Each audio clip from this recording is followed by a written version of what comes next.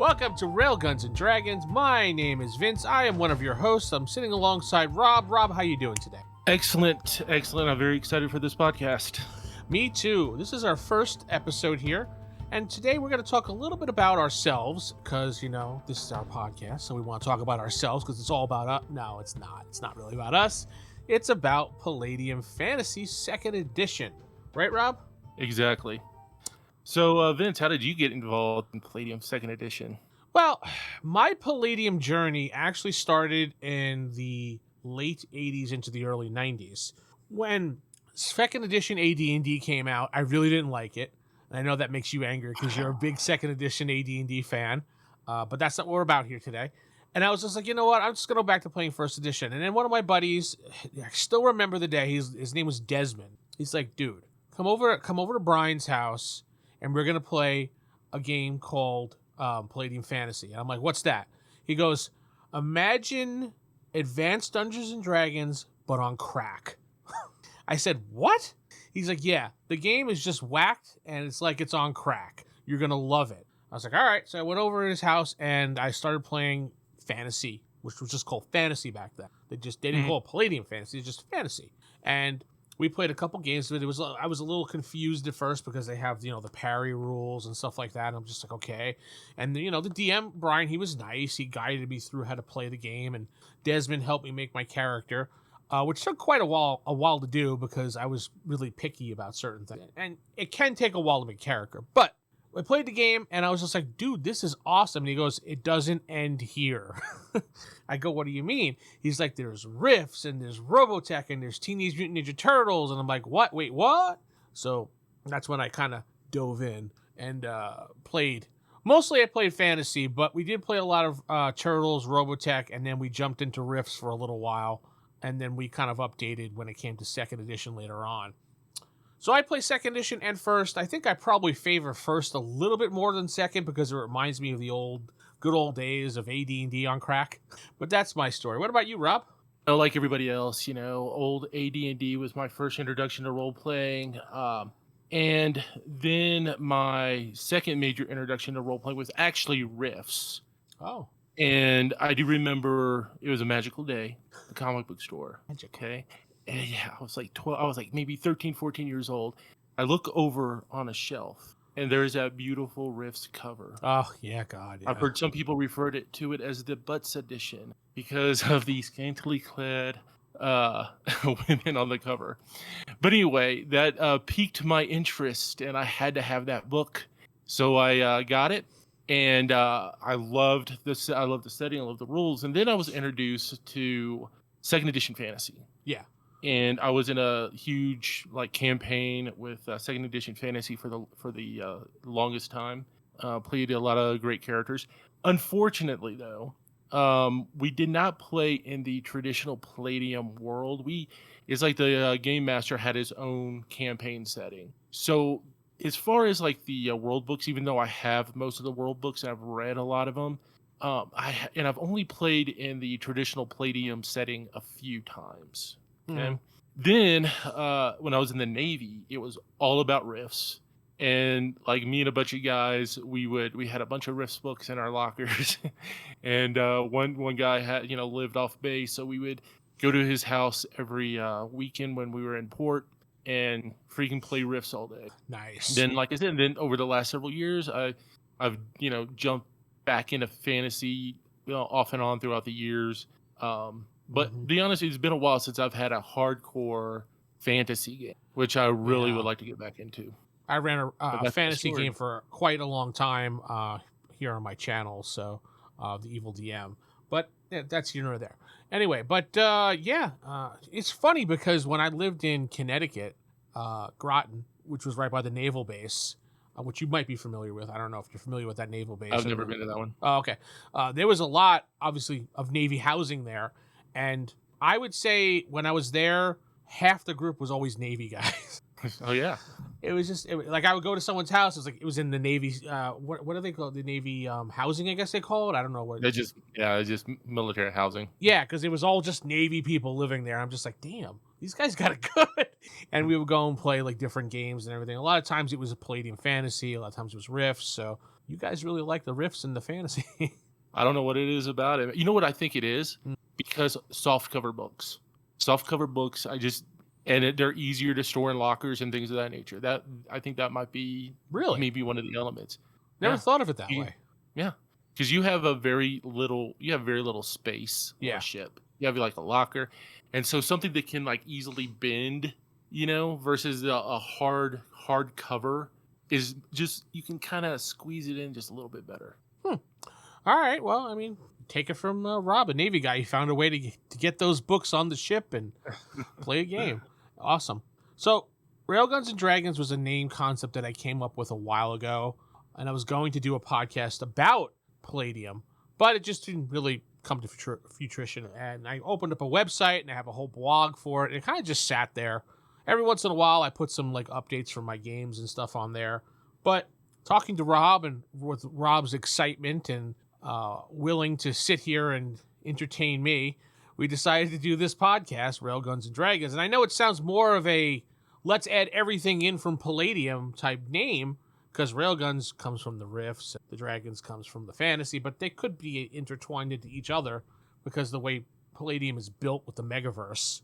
And as an ambassador, and I think you're probably an ambassador too, it's not that hard to become one. You know how all the games just kind of intermix with one another and kind of flow together. You don't really need a conversion book all the time. I know they came out with conversion books, but you really don't need the conversion books to play together, at least in my opinion. Well, I mean, you could do like a lot of mental adjustments, but like I said, I have all the conversion books and stuff like that, but a lot of it is like, especially if you're going into Rifts, or because Rifts has, of course, mega damage and other considerations, and everything is so amped up in Rifts that you need to kind of have a little bit of a filter if you want it to kind of go back to like an SDC setting. So yeah, there's a little bit of number crunching, and there's also optional rules. For example, let's say there's some people out there that just hate mega damage. Yeah. So they want to convert everything to SDC, and that's cool. So there are calculations for that, and I'm trying to remember. I think it's in the Rifts Game Master's Guide. So if you want to bring something from Rifts into Palladium, because like I said, or like Vince said, it's like, with the Rifts, anything can happen. So if you really think about it, Rifts is sort of like has become the spoke for a larger wheel. Yeah. And from Rifts, you can either go to someplace else, or something can come to Rifts, because it's like the crossroads of the Megaverse. I think you described it pretty well there. Yeah, I think that's pretty much what it is. You're right. Yeah. So the approach for this podcast, we've kind of pretty much said what it's going to be. Palladium Fantasy 2nd Edition. We want to focus on 2nd Edition Fantasy. There are a lot of people out there that play Fantasy. And while looking around, we're like, there's not a lot of people that, or I shouldn't say a lot of people, there's not a lot of podcast-wise when it comes to Palladium Fantasy. I mean, there's Rifts, and there's someone there's a couple YouTube channels that go over everything, but no one place just focuses on one thing. Everybody's kind of to the left, to the right, the center, going backwards, and there's nothing wrong with that. That's how they do their scheduled videos or podcasts, and they do whatever they feel is right for their audience. We, myself and Rob is the we, decided that we're just going to focus on Palladium Fantasy for now. And in the future, when we kind of, I guess, I don't know what the word for it is, ramp down, or I don't know, what word would you call it, Rob? Well, it'd be a while because there's a lot of material. Yeah. I mean, it's like if you added all the 1st edition books, 2nd edition books, Rifters, I mean, that's quite a bit of material to go over. Right. Well, I think word I was looking for, wind down. Yeah, wind down, yeah. And then the audience is like, well, we'll let the audience just drive where we go next. And if their next thing is to go to Rifts, then we will jump into Rifts. If their next thing is to go into, I'll pick some. Heroes Unlimited. Yeah.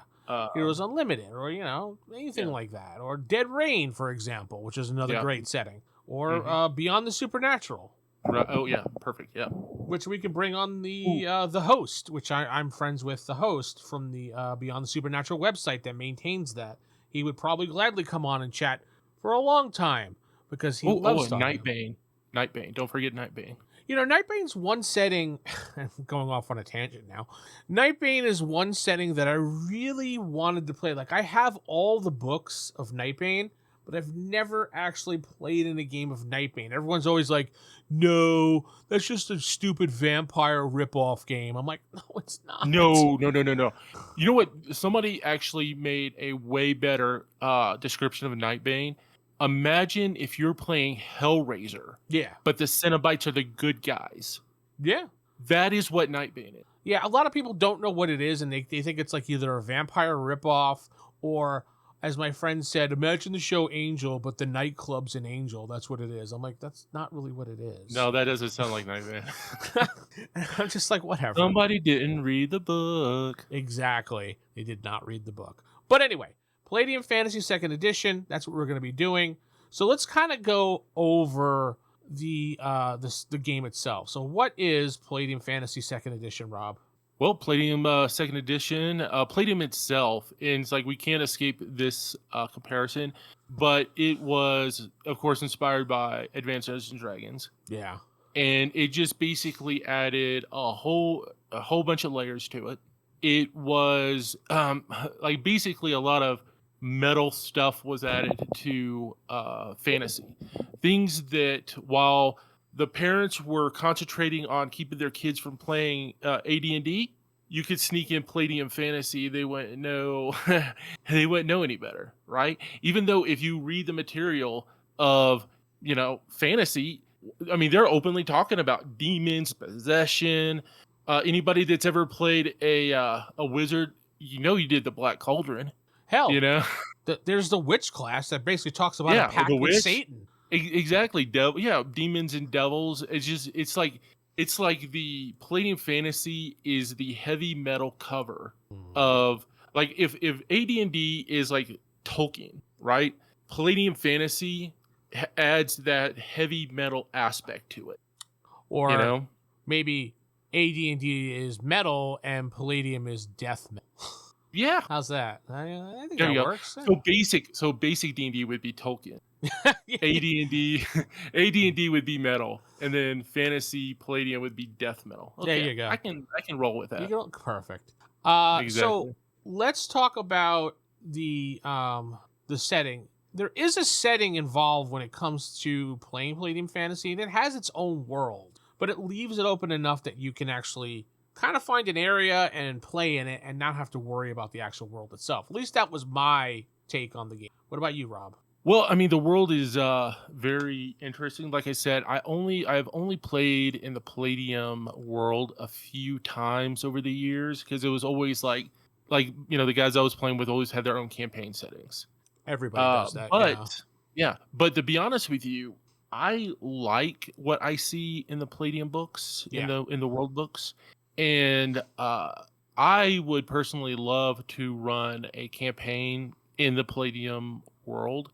Because you got the Wolfen Empire, you have like all of these very analogous, like, to history. Like the one main empire is very reminiscent of, I think of Rome or something like that. Yeah. I think, there's a lot of intrigue and right, things of that nature. So the Palladium world is a rich universe, and through this podcast, I want to educate myself on these books more. So this has given me a really good reason to deep dive into all of the world books and talk about it. Yeah, there's no reason why this podcast can't be educational for people that listen and for the hosts themselves. Because we're going to dive into this stuff. We're going to kind of get in there with tools and, dig in there. And all you're going to see is our shoes hanging out the back of the book. And exactly. You can picture that, right? And it's going to be a rift itself, the book. But we're going to be in there. We're going to get in there deep, and we're going to look at all this stuff and talk about it. But today's just kind of one of those introductory shows, just kind of get some of the little basic stuff out of the way. And when you pick up the book, I mean, you're going to love the cover. You're going to look at it, and then you're going to go into looking at creating characters. So we're going to talk about character creation in a minute, but we wanted to talk about the attributes for this game, how they're different from other games, and how it actually works. So let's start with the attributes. On page 14, it goes over the 8 attributes and the bonuses that we have here in the book. So if you grab your second edition book, whether you have a PDF because you bought it off drive-through, or you have the actual soft cover, hardcover book, I have that one as well. It has a lot of good pictures in it when they did some of the updates, and they try to correct some things. And I say that because they didn't correct everything, but, that's just how it rolls. All right. So when you roll for your attributes, and I'll go over those in just a second. Actually, I'll let Rob start that one, but I was going to talk about this first. You roll 3d6. Now, whether your GM tells you to roll 3d6 down the line and assign them, or assign them however you want, well, I should back up a second then, because that's only for humans. When it comes to humans, you can put it wherever you want, but then I guess when it comes to other races, they have a specific way to do it. Am I correct there? Yeah, you're correct. I think that might be a benefit that humans have is simply, hey, I can put my numbers wherever I want. Right. And the different races have a different way to. You can't really assign it, because I remember that was one of the complaints my group had when we played, was because some of them weren't playing humans. Like one of the players was human, and he was like fine with it, but then some people played an elf, and this and that, and they're like, "Why can't I just put wherever I want?" Because you have 5 dice in one thing, you can't do that. So. All right, Rob, start us off with the attributes. Okay, so the attributes are intelligence, mental endurance, mental affinity, physical strength, physical prowess, physical endurance, physical beauty, and speed. Now, notice the in AD&D, this would have been controversial because, we have physical beauty here. And remember what everybody hates in AD&D? Comeliness, but here it is one of your attributes. Yeah. So that doesn't bother me at all, because to me there is a difference between somebody with natural charisma and physical beauty. Well, I mean, they have physical beauty, which would replace charisma, so to speak, if you're talking about AD terms. Yeah. Well, I think because mental affinity in this game is basically your character's personal charm and charisma, natural leadership. Physical beauty is strictly, how good you look. Yeah, that's true. Yeah. So IQ, starting at the top. Now, one of the things I always kind of thought about IQ, whether you're talking about fantasy or Dungeons and Dragons, right?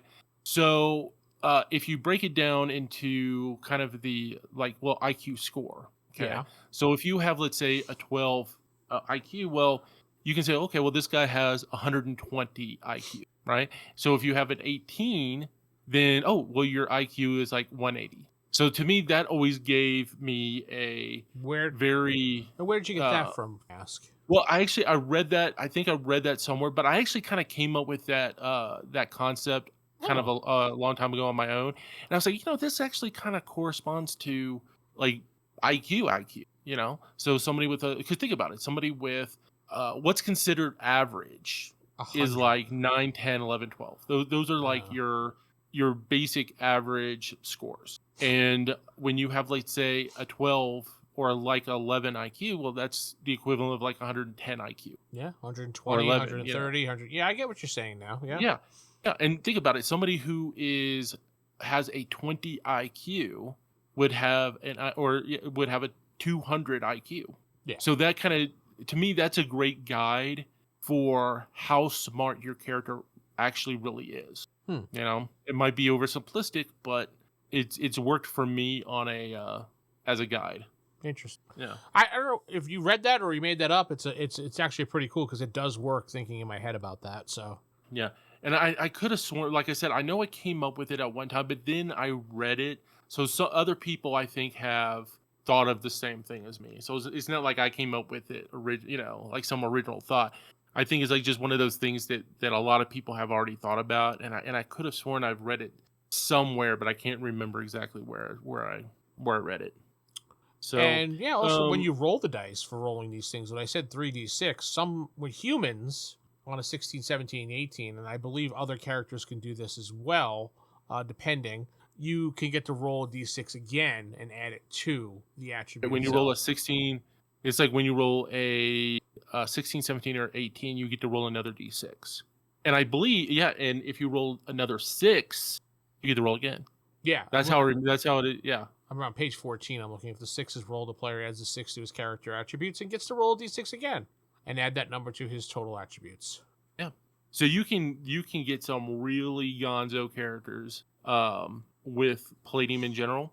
Now, the beauty of it is, especially with your physical stuff, with your physical attributes, you can raise those depending on what skills you. Yes. So one of the things that I've done, like especially if I'm not like going out of my way to play like a warrior, like more of an intellectual, I will always put my lowest stats in my physical stuff and then pump up those physical attributes with the right skills. Yeah, that is a smart idea to do that, because then you can always just raise them by taking skills to make your character stronger, faster, whatever, more agile, but you can't make him smarter. I mean, you could with, packs and things like that in the game. You can make yourself more beautiful. Better looking is the term, or more beautiful if you're a dummy like me. There you go. And you can make yourself faster too, by just taking some type of like running or something like that. Oh yeah. There's a lot of things that you can build up your speed, man. Oh, like especially, like I know it's like especially in rifts, man. You can get some outrageous attributes, and I believe so. You can also do that, and of course, fantasy. So. And don't be discouraged if you get low scores. If you get average scores, it doesn't mean it's the end of the world for your character. It just means you just don't get a lot of bonuses. And eventually you will get those bonuses through playing the game when it comes to equipment or something. So it's not the end of the world. It's not. I mean, it's like, like Vince said, you get pretty much a one-time bonus. Like, for instance, you have a certain IQ, you get a one-time IQ to skill bonus. Right. But it's not as if you're rolling your IQ during the game. It's pretty much. Now, one of the things I will say though, just because you're not using your stats in a mechanical way all the time doesn't mean you shouldn't be using your stats in a role play way. So, in other words, if you have a 6 intelligence, I know sometimes you want to try to play somebody with a 6 intelligence. Or if you have somebody with like a physical strength of 9, don't try to be the barbarian and run out there and try to lift boulders over your head. So the attributes, even if they're not a mechanical thing, they can still guide you in the role play aspect, because that's telling you what your strengths and weaknesses are. That's telling you what shape your characters. So it's still a valuable tool, even if you're not using them constantly. So it's an overview of that. Let's talk a little bit about alignments. And one of the things I really love about Palladium is the alignment system. I think the alignment that Kevin has made up for Palladium in general is outstanding, with all the examples that he gives. And I love the fact that he starts it off by saying neutral. There is no such thing as absolutely neutral. Thank you, Kevin. No one can be absolutely true neutral, and I hated that alignment in Dungeons & Dragons. I don't know about you, Rob, but I really hate true neutral. Listen, I 100% agree with you. Neutral has always bothered me for the longest time. Matter of fact, when I used to run basic, because you have in like basic, you only had like chaos, law, and neutrality, right?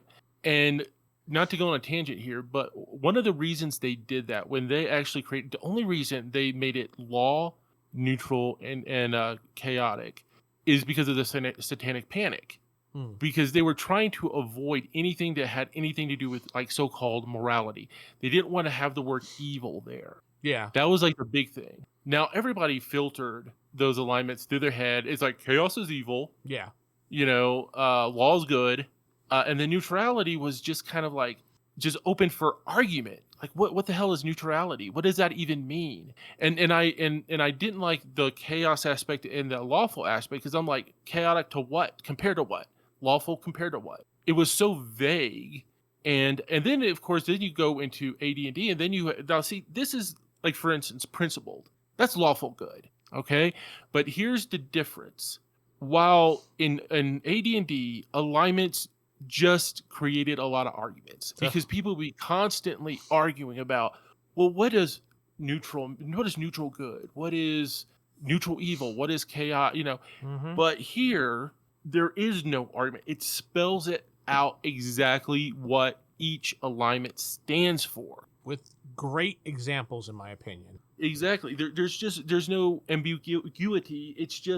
It's telling you, for if you're unprincipled, you have a high regard for life and freedom. You keep your word of honor. You lie and cheat if necessary. Will not kill an unarmed foe. So there's no sitting there arguing about what you would do in your alignment because it's already there for you. It tells you. Now, the strange part is in AD&D, I always saw alignment as kind of like a zone. Yeah. Where it was like, because really, the only time you really needed to worry too much about alignment in AD&D is like if you were a paladin or a cleric or somebody that basically their entire class was about their alignment. True. And the other thing was, let's say, if you were dealing with an item that, like, let's say only lawful good people can pick up the sword without, getting a D6.0 damage or whatever. So to me, that's the only time alignment was really, truly important in AD&D, because the problem was it was so vague that it was hard to judge if somebody was being, well, are you being neutral good or are you being chaotic good? Yeah, exactly. But here it spells it out for you. So let's just go over them real quick before we jump into the examples. But exactly. Okay. So we have our good alignments, which are principle and good. Well, principle is good. And then we got scrupulous, good. And then we go into our selfish alignments, but they're not necessarily evil, so to speak. They're unprincipled selfish. And then we have an anarchist selfish, which in my opinion leans towards a little bit of an evil side to it. But I don't know, maybe a neutral evil comparison, or I'm trying to figure that one out. That one, anarchist usually gets me as maybe they would be more like a chaotic good. I don't know. What do you think? Well, anarchist, I think, is what replaces true neutrality. Yeah. In this. So this is how I've always seen this. Okay, being neutral means simply, and I always like to use the term selfish versus neutral. And selfish does not mean greedy. Okay, selfish simply means that you put your wants, desires, your mission, whatever, above morality. In other words, whatever you need to do to accomplish what you want to do is what's important. True. So, like for instance, with the druids, right? In AD&D, it's like a druid has to be neutral. And there was always this argument about, well, the druid needs to do bad things every once in a while in order to keep a neutral balance or some crap like that. Yeah. And I'm just like, this is stupid. Because can you imagine if a druid, let's say, was looking down at a village, right? And let's say the village was logging, and there was a tribe of orcs, okay? And one day the druid is helping the villagers, right? But then he's like, you know what? I need to keep the balance. So now I'm going to go and help the orcs attack the village to keep a so-called cosmic balance. The only thing that would happen is that the villagers would hunt down that druid and kill him. Uh-huh. Because they would not give a crap about some sort of philosophical debate about cosmic balance. Exactly. Okay? But you know what the druid would think? The druid would say, which group is more likely to keep the forest relatively healthy? Which group is least likely to destroy everything, right? Which group can I deal with? Can he make a deal with the human village? Or is he going to try to deal with the orcs, who are known, if you go classic, are just, evil engines of destruction that destroy everything around them? So that's going to be the consideration of the druid. That's what makes the druid selfish, not because he's greedy, because he puts his agenda above so-called morality. Now, with anarchist, in a lot of things, the anarchist, I think, is kind of doing the same thing. In other words, whatever their agenda is what comes first, right? Yeah, they put their self over everybody else, it looks like, yeah. Yeah. And like I said, and it's not about greed. It's about putting, like, think about it. When somebody says you're self-centered, think about that. That's what it is. You are self-centered. The only thing that matters is you and your wants and desires, and everything else is simply tools that lead to that. And that could be good, because think about it. You could theoretically, what if your wants and desires happen to be good, right? Generally, they're not. What if it? Yeah.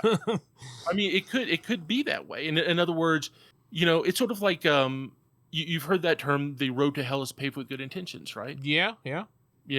And so you're the kind of guy that will do whatever it takes, whether it's good actions or bad actions, if you feel that your ultimate goal will be achieved. And you might think that ultimate goal is actually good for everyone. Yeah.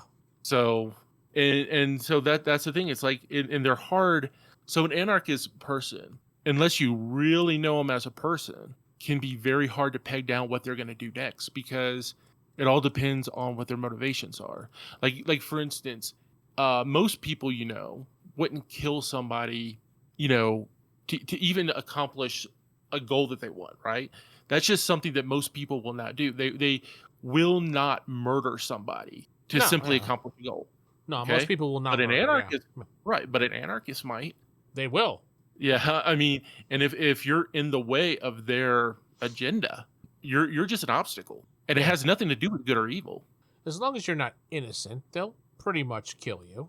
But they're gonna harm you. I mean, if you're an innocent and you're in their way, they're gonna kill you because you're now in their way, and they're gonna harm you at first. If you don't get the message, then they're gonna kill you. Yeah, like it says in number 3, not likely to kill an unarmed foe, but will certainly knock out, attack, and eat up an unarmed foe. Mm-hmm. So, and he says never kill an innocent, but may harm and kidnap. Mm-hmm. I mean, that's pretty edgy. So he's the edgelord. No, I'm kidding. yeah. I mean, if you think about it, he might be. So the evil alignments, we got 3 of them: miscreant, aberrant, and diabolic. Yeah. Diabolic. Diabolic. Yeah, it's diabolic. Okay. Diabolic. Diabolic. I don't know. Whatever we want to call it. But I don't normally allow these 3 alignments in any of my games because I don't like evil characters in my games. Mm-hmm. I know someone out there is screaming, well, player agency, it's not fair. No, when you play a game, a fantasy game like this, whether it's Palladium Fantasy, Dungeons and Dragons, or, whatever you want to call it, Rune Quest, for example, or whatever, you're playing heroes. You're not playing, unless your game is geared towards, evil characters, you're not playing evil characters. I don't care what argument they come to the table with. I'm not allowing evil characters in my campaign. Sure, selfish, anarchist, unprincipled, fine. That should give you enough freedom to play a character that you want between the 5 alignments? Right. No, 4. Now, of course, the AD&D equivalent is neutral evil, lawful evil, and chaotic evil. Right. Those are the equivalents. Yep. Now, most people, because they say, well, if you're going to allow any evil character in your campaign, the most obvious would be like aberrant. Would be because it's like aberrant. They're the lawful evil alignment. They have honor. Like for instance, they never kill for pleasure. Always keep his word of honor. Lie and cheat to those not worthy of his respect. May or may not kill an unarmed foe. And the list goes on. Respect, honor, self-discipline. Never betray a friend. See, that's the thing. It's like aberrant is, yes, they're evil, but they're evil that can be managed, and they're evil that can work easily with a group. That's the thing. It's like these others, like when you're talking about miscreant and diabolical, you can't trust those. No. You can't trust those characters at all. Like I said, only the aberrant, and even the aberrant could ultimately lead you to your doom, because remember, they're still evil. Mm-hmm. I mean, that's the thing. It's like, I mean, they're still going to be a-holes. Sooner or later, their true colors will shine. And it's not saying that evil characters aren't possible. I mean, one of the most famous characters of all time, Raceland from Dragonlance. Yeah, that's true. Yep. But think about it though. At one point, Raceland ends up breaking away from the group for long periods of time. So there was a breaking point. So and we're talking about a group that his brother was there. Right, so that was like even with that anchor, sooner or later, when you have guys like Sturm Brightblade, who is basically a paladin, and all these other super good aligned characters, and then you have that one guy, that one evil guy. sooner or later there is going to come a point where you're like, man, I don't think we can be in the same room. It's like, yeah, we're not trying to kill each other, but you're obviously have evil intentions. And if we're sitting there allowing you with our group, are we helping you with your evil plans? Because why else would you be with us? Because you obviously have some sort of evil plan in the background turning away, and you think of us as your pawns. Right. And that's some good books. That's the thing. So and that's one of the things that people forget is in real life you have a choice who you want to hang out with, right? Yeah. If somebody comes in, because I think there's like this expectation that whatever character you come up with, everybody's just supposed to accept you and roll with it and blah blah blah. But really, in real life, would your characters even be in the same room together if it wasn't for the fact that you were in a game? Sometimes I would think not, by the way that people make their characters. So yeah, So and also I always like question this. It's like if you're going out of your way to make an evil character, well, you would think that, well, because you want to do evil things, but if you're with a bunch of good guys who are going to constantly be thwarting you at every turn or constantly trying to talk you down or get mad at you, why would you be there? How is that fun? Yeah. How is that a fun time? Unless you were there to see that they don't accomplish their goals and you're there to screw things up without letting them know that you're there to do that. There. Now, here's a possibility. Maybe you and the game master work this out. Maybe this is part of the plan. That's true. Maybe think about it, right? So maybe the dungeon master or the game master says, hey, you know what? I like the idea of you playing an evil character, but I need you to help me guide the story from within, right? You could do to that. help steer, because you're trying to, the game master is trying to steer the party in a certain way to basically build up to some sort of climax. And but even if it's like an inside job type of thing, even if the player, you got to be careful you're not cheating the other players for the sake of pushing a particular narrative. That's the hard part. So if you're gonna do this, you got to be really subtle with it, and you got to know when to freaking back away if the players push too hard against it, or if they figure out that guy's actually evil and they want to get rid of him, and you're gonna, well, I guess we tried, but but you don't want to have the game just fold because you got one guy that wants to be evil and everybody else wants to be good. I think that's a kind of a sad state of affairs.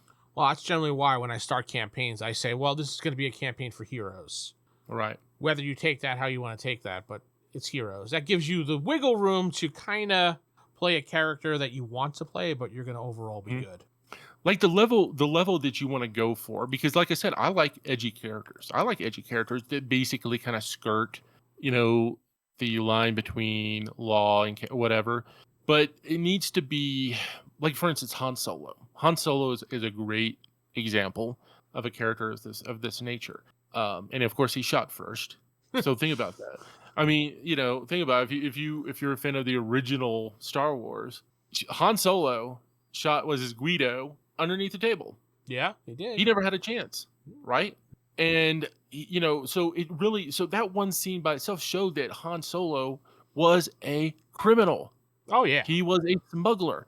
He did underhanded things to get by. Yet when it came down to the nitty gritty, Han Solo was there for his friends. Okay, he wasn't stabbing Luke Skywalker in the back and running off to Darth Vader and selling Luke Skywalker out for a freaking bounty.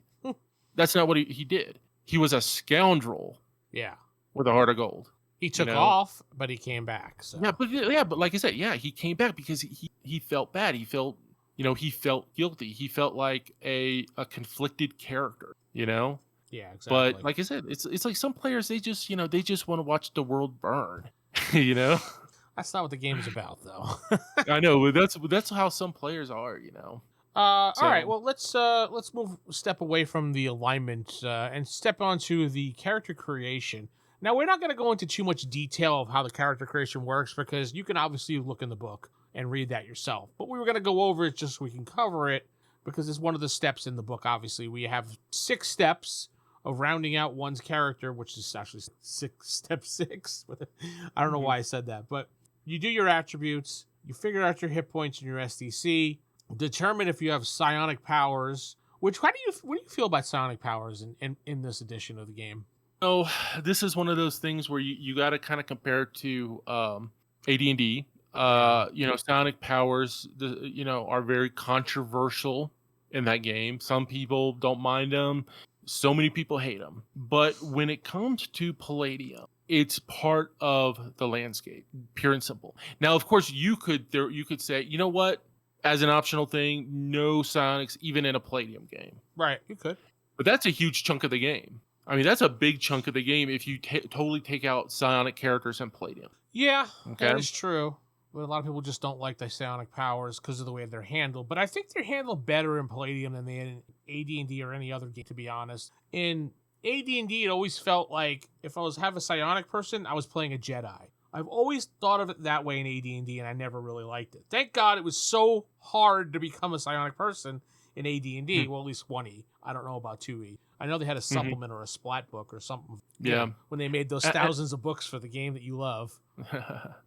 Now, I think the main difference, and correct me if I'm wrong, but while psionic powers flow seamlessly in with Palladium, when it comes to it was psionics in AD&T was kind of like tacked on. Yeah. With its own special rules. Yeah. But with Palladium psionics, it's okay. PPE versus ISP, right? It's still the same exact mechanic. Right. It's still the exact same.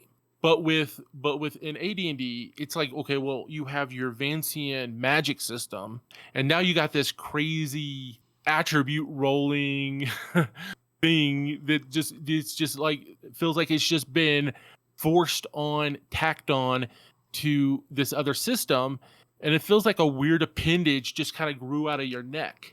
It's like, hey, it might be useful, but it looks weird. Yeah, it does. You're right. Yeah, it's a boil. It's a psionic boil. Yeah, pretty much. You're right. It felt very out of sorts with the game. Yeah. But like I said, with Palladium, it's part of the landscape. It's the same system. It's the same, it flows easily along. And it's just a different source of power. That's all it is. So once you determine your attributes, your hit points, your SDC, you're going to want to put these things in pencil, obviously, because some of these things are going to change. Oh, yeah. Then 100%. You go selecting your race and your OCC, which is your occupational character class. Now, I wonder where they came up with occupational character class as opposed to character class. Now, I'm wondering if when designing this game, Kevin was like, you know what? I don't want to copy TSR and just say class. I think a lot of the decisions Kevin Siembieda made was basically trying to give unique flavor to the game to, distinguish itself from AD&D, because like I said, it's really easy to fall back on, oh, it's your class. Okay, well, so is in Dungeons and Dragons. It's the same thing. And then of course you also have your RCC, your racial character class, your occupational character class. And they allow you in this to have like different races and exotic races and mutants and monsters. And you can use the Palladium Monsters and Animals 2nd edition for a variety of different races as long as your GM allows it. Like he may design a world where you're playing humanoids and like demi-human type characters, and you playing like I don't know, an elephant man may not fit into the vision of the campaign as much as you want to be an elephant or a turtle or whatever they call them, a tortoise. It's may not fit into the world. So just ask the GM. Let me tell you something. The most dangerous thing a Palladium game master could ever say is you can play whatever you want. Oh, you might as well just throw the book out the window. Because let me tell you something. Anybody that tells you can play whatever you want in a Palladium game is asking for it. Yeah?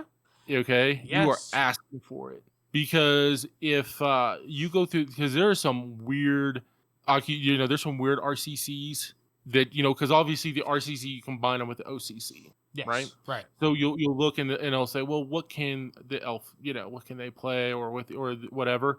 But there's some weird ones, like various different weird fairies, monsters. It's just all over the place.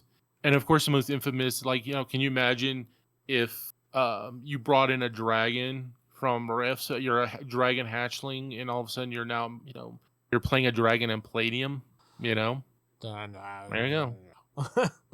Like I said, it's the Wild West. Man, Palladium is the Wild West. Yeah. Once you figure out that, you do your skills, and you start selecting your skills, and you start using some of your skills will affect some of your physical attributes, which Rob alluded to before, and you add some of the bonuses. If you have higher statistics for your intelligence, sometimes your skills will get a little bit of a boost. Pick your skills. You can also be a multicolored character class, which I don't normally play. Did you play multi-character? Actually, you know what? I don't think there was really well, at least in Rifts, that wasn't really a thing, because the idea was that there's so many classes already that there's no way it's like with all the options, you're gonna be able to find something you can play. Now, I think it might be different in fantasy. Like, I think you might be able to do multi-class characters, but I know in Rifts that's kind of discouraged. Well, actually, here in this one, which is different from Palladium Fantasy 1E, multiple or split OCs are not an option at this point. Future supplements may address the possibility of changing one's OCC, but a player can never change his race. And obviously, you can never change your race. But wish spell. Well, you're right. That would change it. Yeah, but at this point in the character creation, it's either you're picking what you're picking, and that's it. Yeah. First edition actually does go over multi-classing a character, or it's more along the lines of dual classing if you think about the terms of classing. Right. And I think maybe because they knew they were going to, because think about it, every single Palladium book that you get has at least 3, 4, 5 new character options. Oh yeah. Like every single one of them. So we're talking about, if you put, all of it, we're talking about hundreds of character options. And if you can't pick something out of those hundreds of options, you're not trying. But one of the things about skills, because skills is what makes character creation slow. Yeah, that's true. It's like, because once you start trying to calculate your skills, this is why you should, like when I create a Palladium character, no matter, it's like, I don't put it on the character sheet yet. What I do is I work out all the details on scrap paper.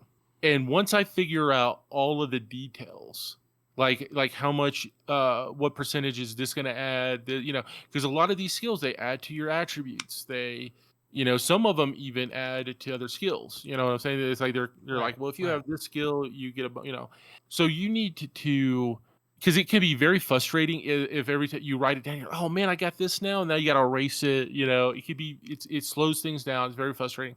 So just do everything on a scrap piece of paper, figure out all those fine details, and then transfer it to the character sheet. Yeah, or you can use the fantasy character generator that they put on Drive-Thru-RPG. And you know what? I've experimented with that a little bit, but not enough. Oh yeah, it's great. It is? Okay. The one for Rifts and the one for fantasy, so many headaches. I mean, it's on Excel. It's like an Excel sheet that's locked, but it does clear up a lot of stuff. I do wish, because I was like a big fan of Hero Lab. Did you ever use Hero Lab? Yeah. Mm-hmm. Now, I had a ton of stuff on Hero Lab, like for instance, Mutants and Masterminds. I used to play a lot of Mutants and Masterminds, especially like 3rd edition. And it's like, when you're just clicking, and it all calculates everything. Yeah, it's great. I would like a kind of a Hero Lab version for Palladium. We may get that eventually. I know Kevin in the past was very anti-internet app PDF, but I mean, things have changed. And now that we have Sean, I can't think of his last name offhand, and I apologize for that. You mean from Sean from Savage Worlds? Yeah. Sean Hannity? Or no, not Sean Hannity. The host on Fox News? No. Sean, I know who it is. Yeah. I can't believe I said Sean Hannity. It's okay. That's what I was looking at, like, Rob? Sean Hannity. Yeah, Sean. Now that Sean's kind of like in Sean Patrick something. Yeah, something like that. Yeah. now that he's in the loop with making decisions and everything with Kevin, and Kevin's kind of slowly passing this torch to him, it seems like, I think we'll get to see something like Your Hero Life, or at least something close. Well, here's the thing. Okay, if it's going to be for Savage Rifts. I happen to be in a Savage Rifts game right now, and I'll be honest with you, it's like I play it, it's okay, but it feels like a kind of a shallow experience compared to Palladium. Yeah, exactly. Okay? If that makes any sense. It does. Now, there's certain things that I've been inspired to do from the Savage Rifts. For instance, I've modified the Mega Damage SDC stuff because of what they kind of did in Savage Rifts. Now, have you read any of the Savage World stuff? So, yeah, I played Savage Worlds a bunch of times. I've got a whole bunch of different editions of it. Yeah. Yeah.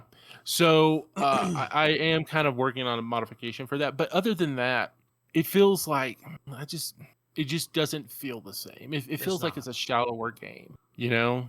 Well, I'm not really here to judge Savage Rifts. Yeah, it's just not my sorry about that, guys. Yeah, if you're it's not my cup of tea, Savage Worlds. I mean, I played it. Yeah. It's fun, but not me. I'm here for Palladium. I love Palladium. Right. So after you get done with all that stuff, equipment and money, and then you round out your character by picking like your alignments and understanding how the leveling system works, like your name and what you look like and your gender and anything like that. And if you want to include an insanity, they're more than well happy to include that for you, but I wouldn't suggest doing that. Now one of the things with when it comes to Palladium characters is, this is what I tell people, because especially when you look at some of these books, they're pretty thick, have a lot of information in it, and I would say just know what your character can do. Right. Don't worry about anything else. Okay. And the thing about it is, a lot of times, like these Palladium characters, and the word that I would use is they're very snowflakey. In other words, they're very unique. Oh, okay. From each other. Snowflake is kind of a different in other term. words, in other words, each character class has very unique abilities that sometimes there's almost like little subsystems within the character class. True. Right? Have you ever noticed that? Yeah. So it's not like in AD&D. It's like it's very basic stuff. You need to like really kind of read your character class or your OCC in these games and write down what you can do, because if you don't, well, you're going to be kind of missing out on a lot of options. Absolutely. Yeah. So just know what your character can do and let the game master take care of the rest. All right. Well, I think this is kind of like a good stopping point for the podcast, and we want to talk about the future for a little bit here. If you'd like to give us any feedback, obviously you can go on to Spotify or iTunes. Wow. Apple Podcasts. Sorry, that was a flashback from many years ago. Apple Podcasts, and you can obviously rate us there. But we prefer that you just contact us directly. I'll use my email address right now until we get a stable email address here. AsktheDM@theevildm.com is my email address. You can go to railgunsanddragons.com. And there is a contact form right there, which you can also fill out and, give us whatever comments or questions that you have for us, and we will read them on the air. Obviously, if we get ratings and reviews on one of the platforms, we'll try to read those on the air, because I like to go over those things and just tell people out there what the listeners are thinking. And everyone always likes to hear their name shouted out. I know I do. Exactly. So in the future, I think what we're going to do when we're sticking to fantasy is, I think the next episode we're going to kind of go over the races themselves and talk about the races themselves, what you can play, what you can't play, things like that. I mean, there's really not a lot of what you can't play, and then we're going to go over the classes in detail as well as we dive into those things. We might spend like an episode or two on like maybe just one class. And then again, we might spend an episode doing 5 classes. Who knows? It's going to flow into a natural conversation that Rob and I are going to have. And this is kind of one of those things that I want people to, I want to say, hey, Rob, you had a great podcast. I have it on the background while I'm painting minis. I like to listen to what you're talking about. That's why. Or, hey, Rob, I was listening to your podcast when I went on my run. Man, you're really wrong about AD&D Second Edition. That is a horrible game. Hey, and speaking of which, if you're interested in AD&D Second Edition, check out Thaco Thoughts with Rob. Exactly. Thaco Thoughts with Rob podcast out there. You can listen to Rob go on about how much he loves AD&D Second Edition. So, with all that said, we are going to head out. I hope you guys have a great time. I hope you enjoyed this podcast. More to come. We're going to release it on I want to say a weekly or a bi-weekly basis. We're not sure at the moment. We're going to, depending on the feedback of listeners. So we don't want to, go dive too fast and then, kind of burn out. We want to do it so it's kind of like conversation and we enjoy it and then you enjoy it. Right, Rob? That is right, Vince. Thank you. All right. We're heading out. We're going to say goodnight, everybody, and I hope you have a great time. Bye, guys.